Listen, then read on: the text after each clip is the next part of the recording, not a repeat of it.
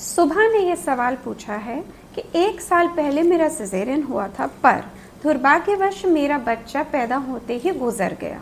अब मेरे 8 दिन चढ़ चुके हैं, शायद मैं प्रेग्नेंट हूँ। तो इस परिस्थिति में क्या मेरा फिर से सिजेरियन होगा कि नहीं? सुबह जी, जो आपने इन्फॉर्मेशन दी है वो आधी अधूरी है। सबसे ज़रूरी है ये जानना कि पिछली बार सिजेरियन क्यों हुआ था, क्या इंडिकेशन थे, क्या हालात थे, किस तरह का सिजेरियन का कट था और आपका बच्चा क्यों गुजर गया।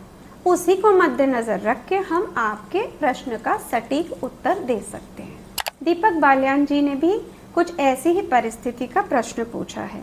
दुर्भाग्यवश उनकी भी पत्नी का 1 साल पहले सिजेरियन हुआ था, जिसमें बच्चा जन्म पर रोया नहीं, नर्सरी ले जाया गया और उसकी मृत्यु हो गई। अब वो फिर से ऐसी परिस्थिति का जोखिम नहीं लेना चाहते और पूछ रहे हैं कि कितने समय का अंतराल गैप होना चाहिए अगली प्रेगनेंसी प्लान करने से पहले। तो सबसे पहले तो ये उत्तर है कि 1.5 साल का गैप होना चाहिए पिछले सिजेरियन के बाद अगली प्रेगनेंसी प्लान करने के लिए। और क्या कारण थे कि आपके बच्चे की मृत्यु हो गई और वो नहीं रोया, ये जानकारी आपको मुझे देनी है। पर क्योंकि पिछली बार आपका बच्चा गुजर गया था और ऐसी जोखिम आप नॉर्मल डिलीवरी के द्वारा ट्रायल नहीं लेना चाहते, तो आप अपने आप मांग करके यानी इलेक्टिव सिजेरियन सेक्शन भी कर सकते हैं। और अगर नॉर्मल डिलीवरी ट्राई करते हैं तो 60 से 70% चांस है कि आपकी नॉर्मल डिलीवरी होगी। आपकी परिस्थितियों की डिटेल जानकारी मेरे पर नहीं है।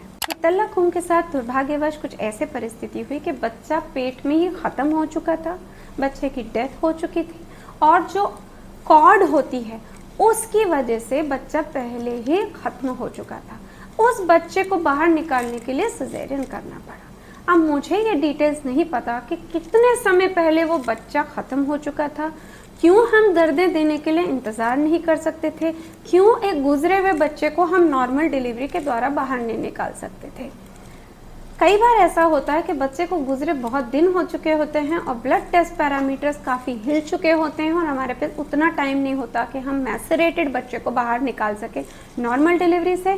शायद इस कारण करा था सिजेरियन, या बच्चा शायद इतना बड़ा था कि नॉर्मल से नहीं आ सकता था। ये सारे डिटेल्स मुझे नहीं पता, तो मैं ये नहीं कह सकती कि अगली बार आपकी नॉर्मल डिलीवरी होगी कि नहीं।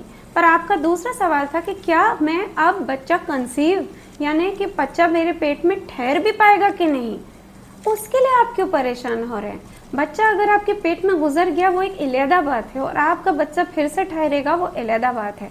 मैं उम्मीद करती हूँ कि आपका बच्चा फिर से ठहरे और आपको फिर से सिजेरियन की आवश्यकता ना हो और वो बच्चा हृष्ट पुष्ट पैदा हो और आप माँ बाप बन सकें। जल्लू खातिन को ट्यूमर का ऑपरेशन हुआ है, तो वो पूछ रही हैं कि क्या नॉर्मल डिलीवरी हो सकती है। आपने मुझे ये नहीं बताया कि ट्यूमर यानी रसौली कहाँ की है। अंडेदानी की अगर है तो आपकी नॉर्मल डिलीवरी हो सकती है।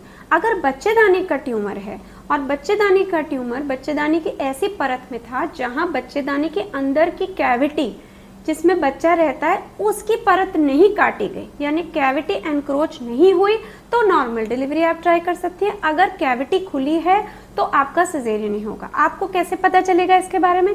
आप अपने पर्चे दिखाइए अपने डॉक्टर को कि मेरी कैविटी खुली है या नहीं, और उसके हिसाब से आपका डिसीजन हो जाएगा।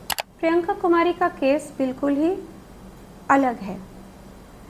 इनकी अप्रैल 2022 में सिजेरियन हुआ 31 हफ्ते पर, जब उनका जो प्लेसेंटा था ऑलनल था वो पोस्टीरियर पीछे की तरफ और नीचे की तरफ था, पर इंटरनल ऑस को कवर नहीं कर रहा था और उनके पानी का वाटर बैग फट गया था।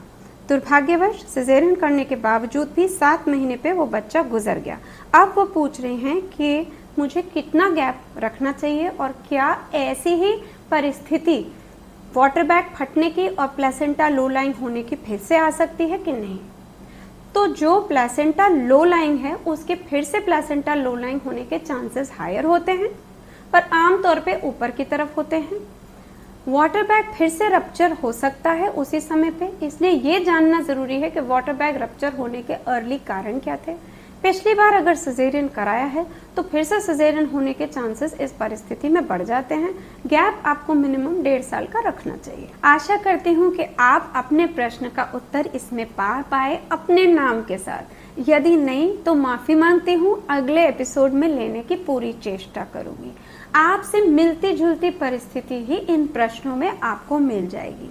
इस सब जानकारी को आप गुत्थी बांध लें, दूसरों के साथ शेयर करें, इस वीडियो को लाइक करें, सब्सक्राइब इस चैनल को करना न भूलें।